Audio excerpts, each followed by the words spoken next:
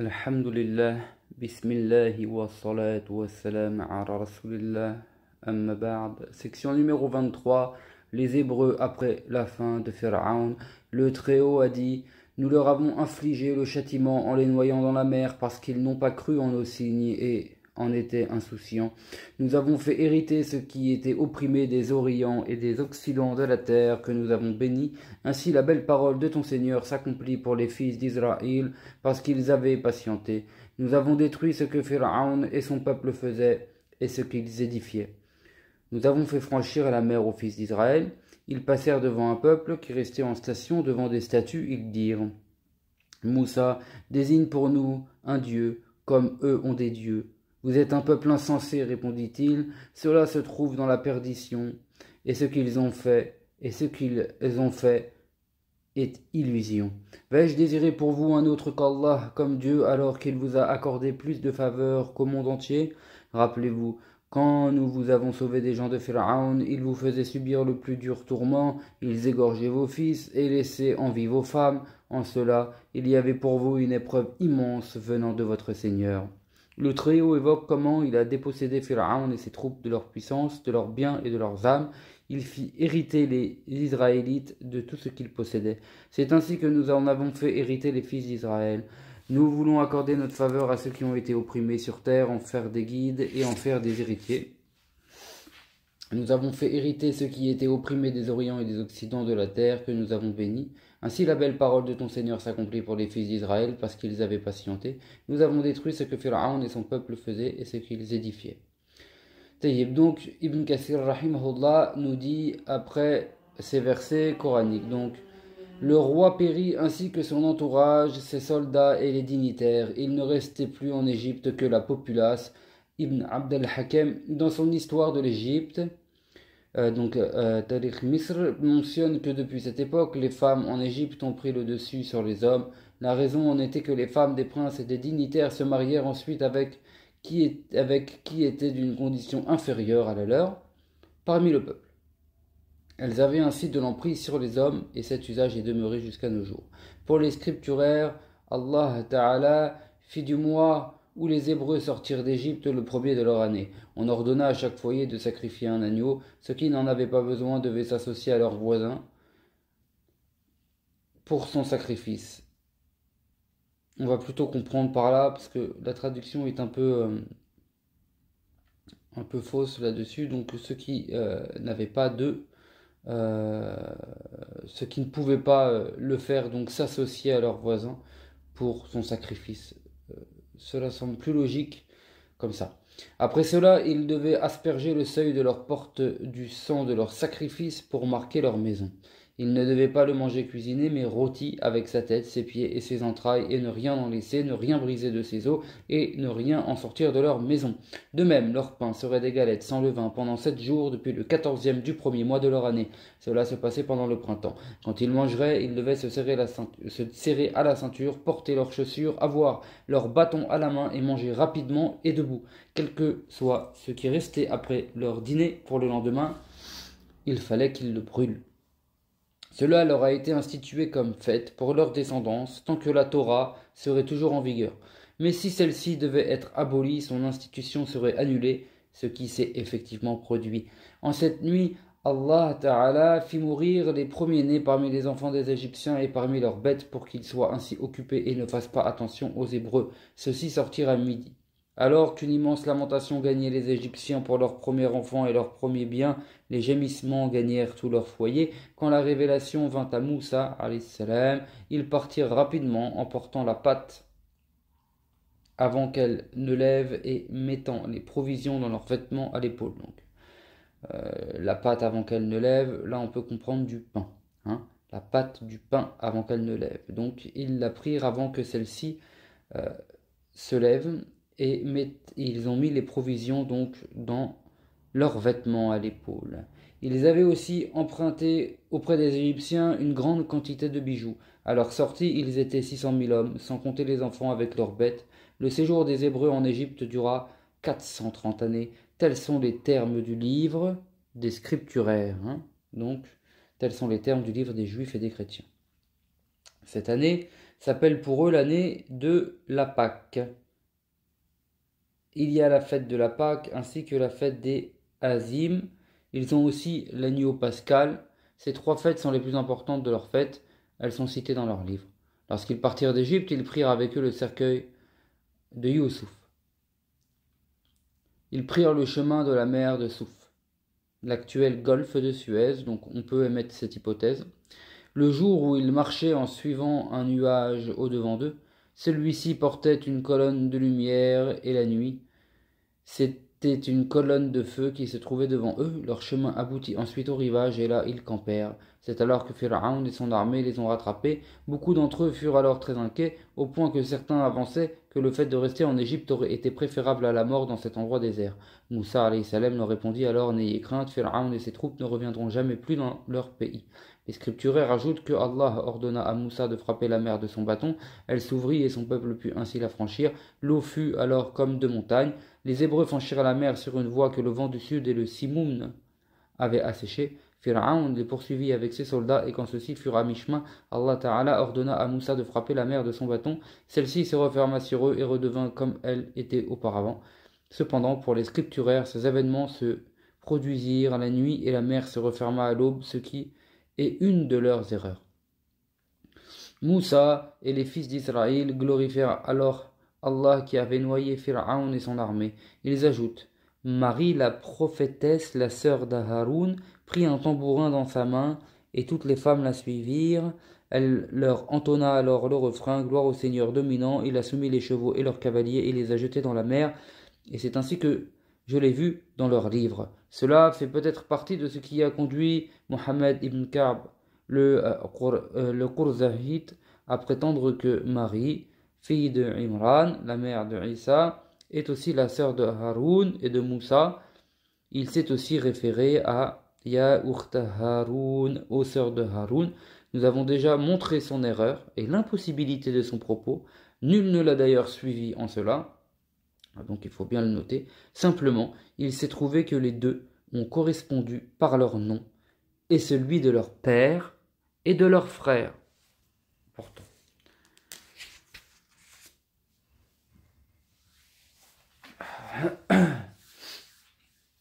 À ce propos, quand les chrétiens de Najran interrogèrent Al-Mughira ibn Shu'ba sur les termes Ya Ukhta Haroun, il ne sut quoi répondre. Il posa la question au messager d'Allah sallallahu alayhi wa sallam, qui lui a répondu: ne sais-tu pas qu'ils se nommaient par les noms de leurs prophètes?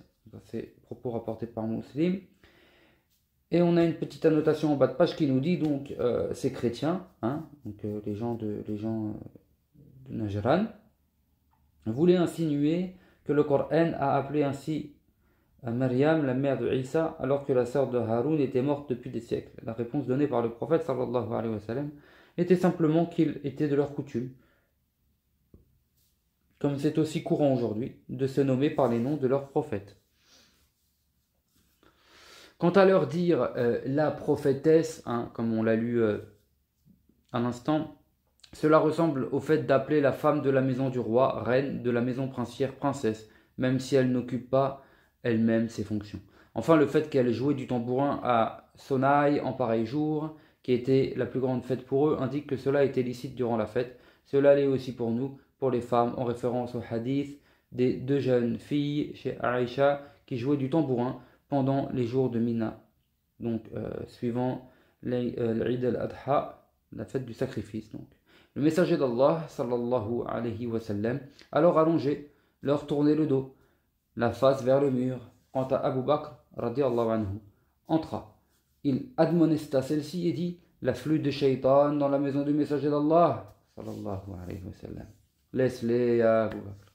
Dit le prophète, sallallahu alayhi wa sallam, chaque peuple a sa fête, et cela est notre fête. C'est aussi licite pendant les mariages et lors du retour des absents. Les Hébreux veulent adorer des idoles. Ils ajoutent qu'après avoir franchi la mer et s'être dirigés vers la grande Syrie, ils restèrent 3 jours sans trouver d'eau.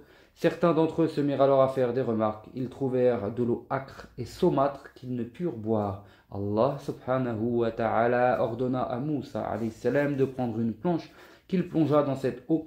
Celle-ci devint alors douce et potable. Là, il lui a prescrit plusieurs obligations et règles, il lui a fait de nombreuses recommandations. Le Très-Haut a dit dans son livre glorieux, dominant tous les autres livres, « Nous avons fait franchir la mer aux fils d'Israël.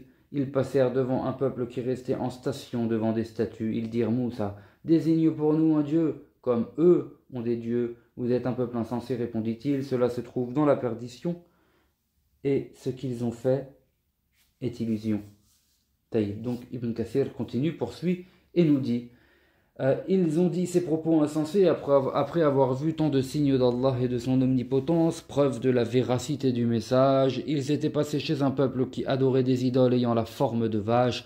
Il semblerait qu'il leur ait demandé la raison de leur culte. Ces derniers prétendirent qu'ils avaient le pouvoir d'être bénéfiques ou nuisibles.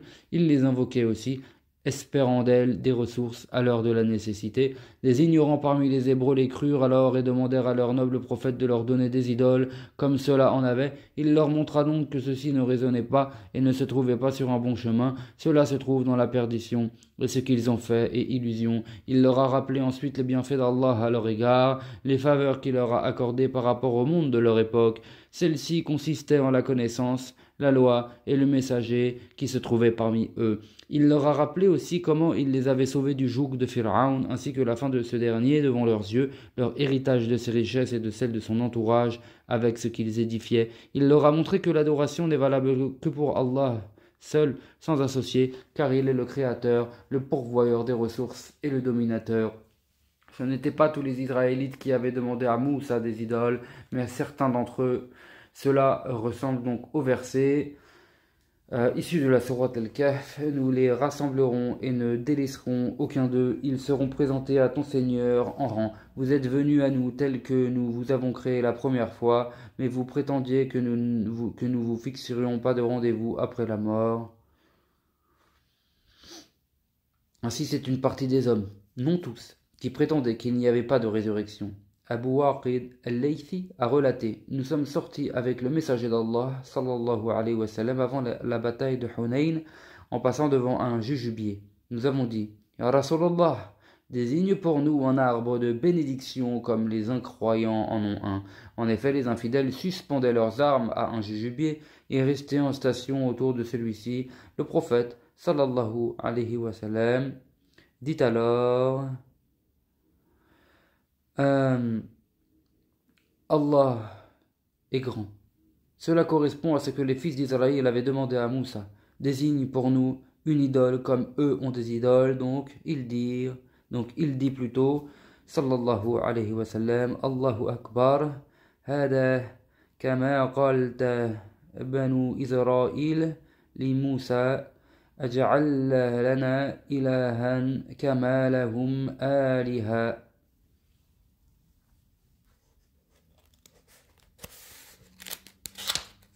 Ça y est, donc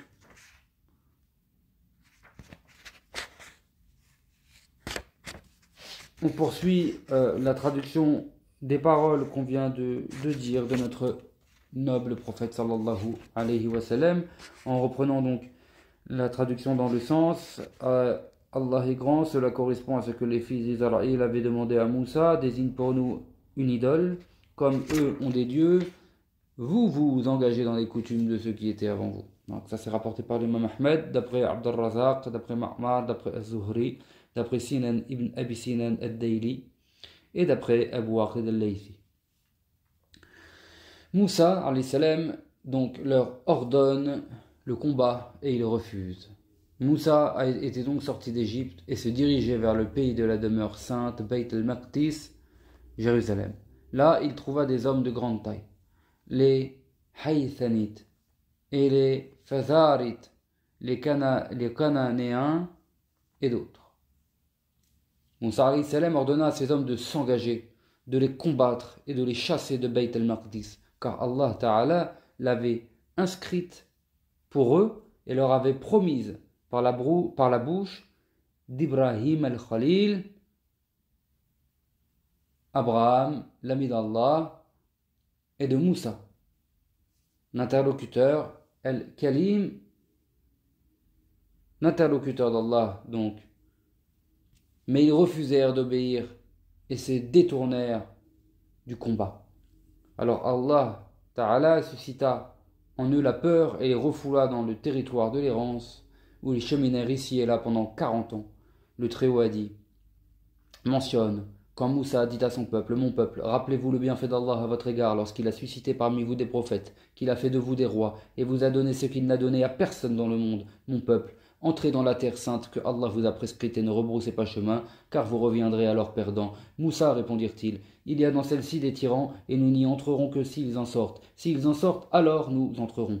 Deux hommes qui étaient de ceux qui craignaient, à qui Allah avait accordé à tout de son bienfait, dirent, engagez-vous contre eux par la porte. Lorsque vous l'aurez franchi, vous serez vainqueurs, et c'est à Allah que vous devez vous en remettre si vous êtes croyants. Moussa, dirent-ils, nous n'y entrerons jamais tant qu'il s'y trouve. Va, toi et ton Seigneur, et combattez tous deux. Nous autres, c'est ici que nous restons. Seigneur, dit-il, je n'ai de pouvoir que sur ma personne et mon frère. Distingue-nous donc du peuple des transgresseurs. Il dit, elle leur est interdite pendant 40 années. Ils erreront sur la terre. Ne sois donc pas affligé pour le peuple des transgresseurs.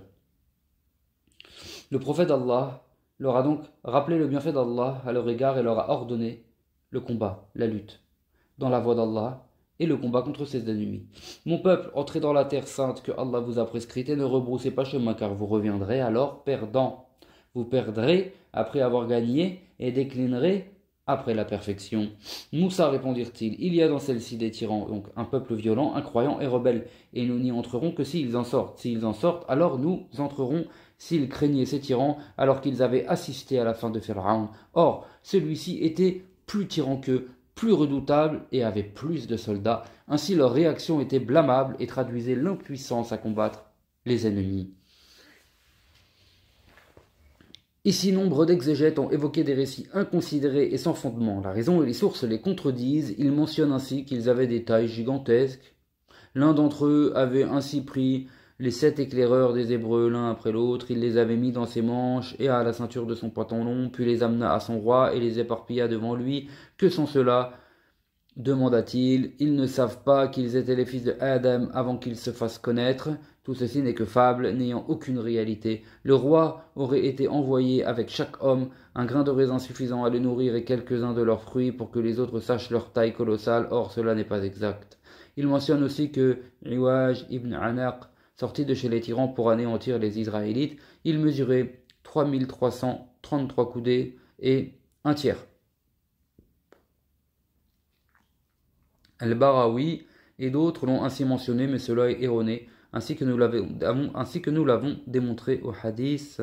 Inna Allah khalaqa Adam wa tulu sittuna dira'an falam yazal al-khalaqu yanqusu hatta alan. Allah a créé Adam et celui-ci mesurait alors 60 coudées. Depuis, les créatures ne cessent de rapetisser jusqu'à aujourd'hui.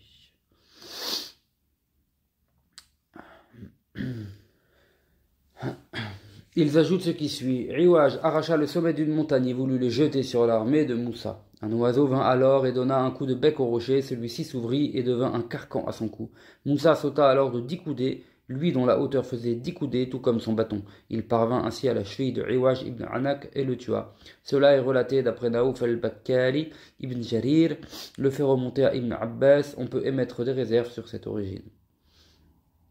Avec tout cela, il s'agit de récits israélites composés par les ignares des fils d'Israël. Les informations mensongères sont de fait très fréquentes chez eux et ils ne font guère de distinction entre ce qui est vrai ou faux. Enfin, si cela était vrai, les fils d'Israël auraient été excusables dans leur refus de combattre. Tel n'est pas le cas puisque Allah les a blâmés pour leur défection et les a punis par l'errance pour avoir délaissé le combat et désobéi à leur prophète. Deux hommes vertueux les avaient incités à s'engager et réprouver leur réticence. On a dit qu'il s'agissait de Yusha ibn Nun et Kaleb ibn Yoqana. Et donc, deux hommes qui étaient de ceux qui craignaient, donc Yakhafoun, qui craignaient Allah. Certains ont lu Yukhafoun, qui était craint. Le respect qu'ils imposaient faisait qu'ils étaient craints. À qui Allah avait accordé à tout de son bienfait, par l'islam, la foi, l'obéissance et le courage. Engagez-vous contre eux par la porte, lorsque vous l'aurez franchi, vous serez vainqueur et c'est à Allah que vous devez vous en remettre si vous êtes croyant. Si vous vous en remettez à lui et lui demandez assistance, il vous soutiendra contre vos ennemis et vous donnera la victoire sur eux. Moussa, dirent-ils, Nous n'y entrerons jamais tant qu'il s'y trouve. Va, toi et ton Seigneur, et combattez tous deux, nous autres, c'est ici que nous restons. Ils s'obstinèrent dans leur défection. Un événement très grave venait de se produire. On dit que Josué et Caleb ont fendu leurs habits lorsqu'ils ont entendu ces mots. Devant leur gravité, Moussa et Haroun se prosternèrent par colère en vue d'Allah et par crainte de leurs conséquences. Seigneur, dit-il, je n'ai de pouvoir que sur ma personne et mon frère. Distingue-nous donc du peuple transgresseur. Juge entre moi et eux. D'après Ibn Abbas, il dit: elle leur est interdite, pendant 40 années, ils erreront sur terre. Ne sois donc pas affligés pour le peuple des transgresseurs. Leur châtiment fut de se déplacer sans trouver le chemin et sans but, nuit et jour. On a dit qu'aucun de ceux qui étaient entrés dans la terre de l'errance n'en ressortit, tous excepté Josué et Caleb moururent durant les 40 ans et il ne restait plus que leurs enfants. Les compagnons de Mohammed, sallallahu alayhi wa sallam, ne lui ont pas dit le jour de la bataille de Badr, ce que le peuple de Moussa dit à ce dernier. En effet, après leur avoir demandé leur avis sur l'affrontement, le très sincère Abu Bakr excella dans la réponse, ainsi que d'autres émigrés à Médine, donc les Muhajiroun. Donnez-moi donc votre avis, demanda alors le prophète sallallahu alayhi wa sallam au Ansar de Médine. Le chef de ces derniers, Sa'ad ibn Mu'ad, dit alors: on dirait que tu t'adresses à nous, Ya Rasulullah, par celui qui t'a envoyé avec la vérité. Si tu allais avec nous au-devant de cette mer et que tu t'y engageais, nous nous y engagerions avec toi. Aucun homme parmi nous ne ferait défection. Nous ne détestons aucunement que tu affrontes avec nous notre ennemi demain. Nous sommes persévérants dans la guerre, sincères lors de la rencontre. Il se peut que Allah te montre de notre part ce qui te réjouira. Marche donc avec nous, avec la bénédiction d'Allah. Le messager d'Allah, sallallahu alayhi wa sallam, fut heureux des propos de Sa'ad et encouragé. D'après Ibn Shihab, El-Miqdad dit au messager d'Allah, sallallahu alayhi wa sallam, le jour de Badr: et à Rasulullah, nous ne te dirons pas, comme les fils d'Israël ont dit à Moussa: va, toi et ton Seigneur, et combattez tous deux. Nous autres, c'est ici que nous restons. Mais plutôt, va, toi et ton Seigneur, et combattez tous deux. Nous sommes avec vous, des combattants. Rapporté par l'imam Ahmed.